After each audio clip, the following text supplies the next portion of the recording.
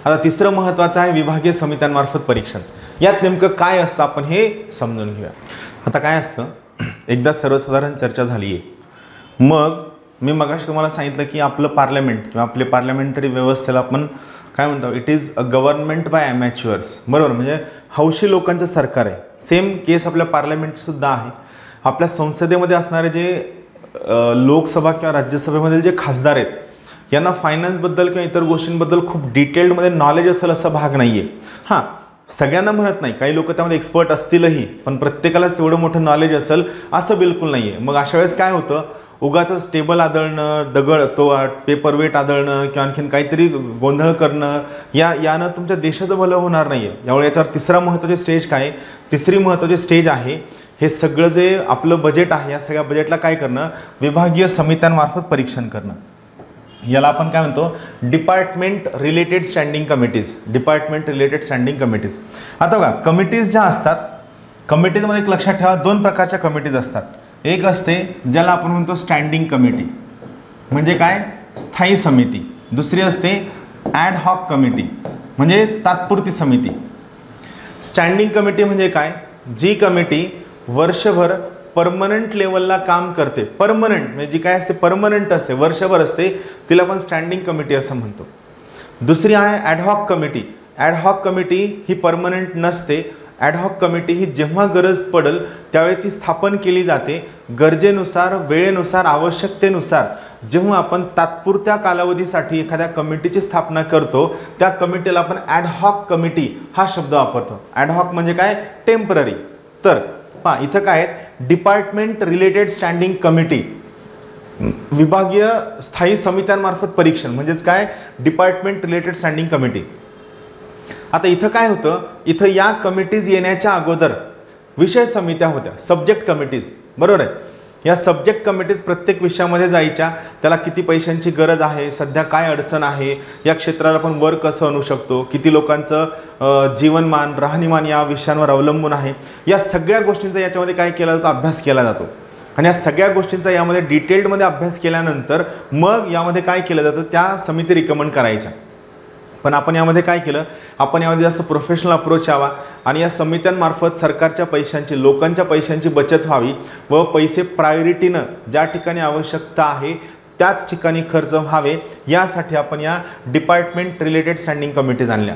महत्त्वाची गोष्ट, department related standing committees ज्या आहेत यांची सुरुवात 10वी लोकसभा, 10th लोकसभेच्या वेळेस झालेली. 10वी लोकसभा 1993ला ज्या वेळेस पहिल्यांदा 17 डिपार्टमेंट रिलेटेड स्टँडिंग कमिटीची स्थापना करण्यात आली. एप्रिल 1993 मध्ये या प्रकारच्या अशा 17 डिपार्टमेंट रिलेटेड स्टँडिंग कमिटीजची स्थापना करण्यात आली. त्यावेळेस जी कमिटी होती, या कमिटीची टोटल स्ट्रेंथ होती 45 सदस्य. या 45 सदस्यांपैकी 30 सदस्य हे लोकसभेमधील होते, तर 15 सदस्य हे राज्यसभेमधील होते. लक्षात ठेवा, 1993ला ज्या विभागीय समित्यांची स्थापना करण्यात आली त्या समित्यांची एकूण स्ट्रेंथ होती 45. या 45 पैकी 30 सदस्य लोकसभेतील होते, 15 सदस्य राज्यसभेतील होते. या 30 सदस्यांचं नॉमिनेशन हे लोकसभेच्या स्पीकर मार्फत केलं जायचं. 15 सदस्यांचं नॉमिनेशन हे राज्यसभेच्या चेअरमन मार्फत केलं जायचं. आणि या प्रत्येक सदस्याचा जो कालावधी आहे हा कालावधी फक्त 1 वर्षाचा होता. तो कितीही वेळा रिन्युएबल असला तरीही लक्षात ठेवा ते फक्त 1 वर्षाचा कार्यकाळ होता. ते परत त्यावर निवडून येऊ शकत होते. फक्त महत्त्वाची गोष्ट, या डिपार्टमेंट रिलेटेड स्टँडिंग कमिटीवर कोणत्याही मंत्र्याला सदस्यत्व नव्हतं. मंत्री या कमिटीमध्ये येऊ शकत होते, बसू शकत होते, चर्चा करू शकत होते, डिस्कशन करू शकत होते. फक्त या डिपार्टमेंट रिलेटेड स्टँडिंग कमिटीमध्ये मंत्र्यांना सदस्यत्व नव्हतं आणि त्यांना त्यामध्ये मतदानाचा हक्क नव्हता. 2 सगळ्यात महत्त्वाच्या बाबी. त्यानंतर 13व्या लोकसभेला मात्र गोष्टी बदलल्या. 13वी लोकसभा म्हणजे काय, 2004 म्हणजे जवळपास 1 दशकानंतर गोष्टी बदलल्या. आणि यानंतर काय झालं, जुलै 2004ला या ज्या डिपार्टमेंट रिलेटेड स्टँडिंग कमिटीज आहेत यांची संख्या 17 वरून 24 करण्यात आली. समित्यांची संख्या वाढली, ती 17 वरून 24 करण्यात आली. सदस्य संख्या मात्र कमी करण्यात आली, 31 सदस्य संख्या करण्यात आली. आणि या 31 पैकी 21 सदस्य लोकसभेचे होते, 10 सदस्य राज्यसभेचे होते. या 21 सदस्यांचं नॉमिनेशन, यांची निवड केली जात नव्हती, नॉमिनेशन होतं. लक्षात ठेवा, तिथं असं जर परीक्षेमध्ये दिलं, आयोग तुम्हाला चुकवू शकतं. 21 सदस्यांची निवड लोकसभेमार्फत केली जात होती, ते चूक वाक्य असणार आहे. लक्षात ठेवा, 21 सदस्यांचं नॉमिनेशन लोकसभेच्या स्पीकर मार्फत केलं जात होतं, तर या 10 सदस्यांचं नॉमिनेशन राज्यसभेच्या चेअरमन मार्फत केलं जायचं. मग या कमिटीचं काम काय होतं? वेगवेगळ्या मंत्रालयांनी जे पैसे मागितलेत ते पैसे का मागितलेत, कोणत्या कामासाठी मागितलेत, ते किती टप्प्यांमध्ये त्यांना मिळायला हवे, कोणती कामं आहेत, सध्या हे कामं करून घेण्याची प्रायोरिटी आहे का, मागच्या वर्षी यांना किती पैसे मिळाले होते, ते पैसे यांनी किती प्रमाणात खर्च केले, म्हणजे त्यांना किती पैसे सँक्शन झालेले आहेत, त्यांचा ॲक्च्युअल आकडा काय आहे मागच्या वर्षी खर्च करण्याचा, मागच्या वर्षी काय परिस्थिती होत्या, या सगळ्या गोष्टींचा डिटेल्ड ॲनालिटिकल अभ्यास करणं हे या डिपार्टमेंट रिलेटेड स्टँडिंग कमिटीजचं काम आहे.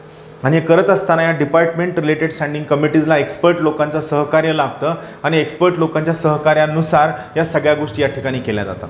आलं लक्षात? आता या कमिटीजनी जेव्हा सगळ्या गोष्टींचा अभ्यास करतात तर यासाठी यांना वेळ मिळतो जवळपास 3 ते 4 आठवडे, 3 ते 4 वीक्स. लक्षात ठेवा, म्हणजे जवळपास 1 महिनाभर यांना वेळ मिळतो. मग या कमिटी स्वतःचा सर्वच्या सर्व अहवाल लोकसभेमध्ये सादर करतात. लक्षात ठेवा, मी मागं तुम्हाला सांगितलं होतं, बजेट म्हणजे जे मनी बिल आहे, मनी बिलच्या बाबतीत राज्यसभेला खूप कमी अधिकार आहेत. सगळ्यात पहिलं, त्यांना मतदानाचा अधिकार नाही. परत एकदा सांगतो, बजेटच्या बाबतीत राज्यसभेला मतदानाचा हक्क नाही. बजेटच्या बाबतीत राज्यसभा फक्त चर्चा करू शकते आणि ते पण राज्यसभेने बजेटवर चर्चा करण्यासाठी राज्यसभेला फक्त आणि फक्त 14 दिवसांचाच कालावधी देण्यात आलेला आहे, त्यापेक्षा जास्त कालावधी नाही. जर 14व्या दिवशी राज्यसभा बजेटवर चर्चा करून बजेटला परत पाठवू शकली नाही तर ते बजेट राज्यसभेला मान्य आहे असं ट्रीट केलं जातं आणि बजेट पास केलं जातं. राहील लक्षात? ही महत्त्वाची बाब आहे. तर या सोयीनं विभागीय समित्या आपला जो अहवाल आहे, हा अहवाल या सर्व विभागीय समित्या कुणाकडे देतात? हा अहवाल विभागीय समित्या लोकसभेकडे देतात. चालेल? लोकसभेकडे.